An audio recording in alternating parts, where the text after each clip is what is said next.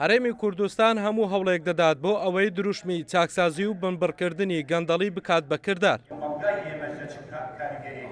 لەم چوارچێوەیەدا لە شاری هەولێر کۆنفرانسی نەخشەڕەی چاکسازی ڕوبەڕووبوونەوەی گەندەڵی بەڕێوەچوو.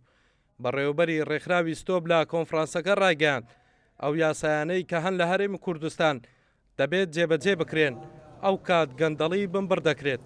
راپۆرتێکمان تایبەت بە نەخشەڕەی چاکسازی و ڕوبەڕووبوونەوەی گەندەڵی بڵاو کردەوە لەو کۆنفرانسەوە. ئامانجمان ئەوەی کە ئێستا کابینەی نوێی حکوومەتی هەرێمی کوردستان ڕاگەیاندراوە ئێمە دەمانێت وەک ڕێکخراوەکانی کۆمەڵی مەدەنی بەشداری لەو پرۆسەیە بکەین و کۆمەڵێک ڕاستپاردە و پێشنیارمان خستۆتە ڕووە لەسەر ئەساسی ئەو راپۆرتە ئێمە چاودێری کارەکانی پرۆسەی چاکسازی دەکەین لە هەرێمی کوردستان.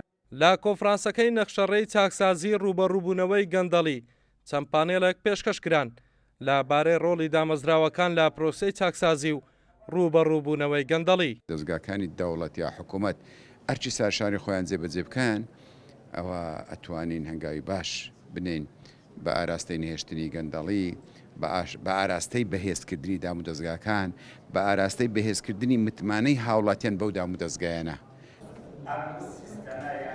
لە هەرێمی کوردستان دەستەی دەستپاچی و دیوانی چاودێری دارایی و داواکاری گشتی هەن بۆ ڕوبەڕووبوونەوەی گەندەڵی، بەڵام تا ئێستا نەتواندراوە وەک پێویست ڕوبەڕووی گەندەڵی بمنەوە و ئەم دیاردا بمبڕ بکەن.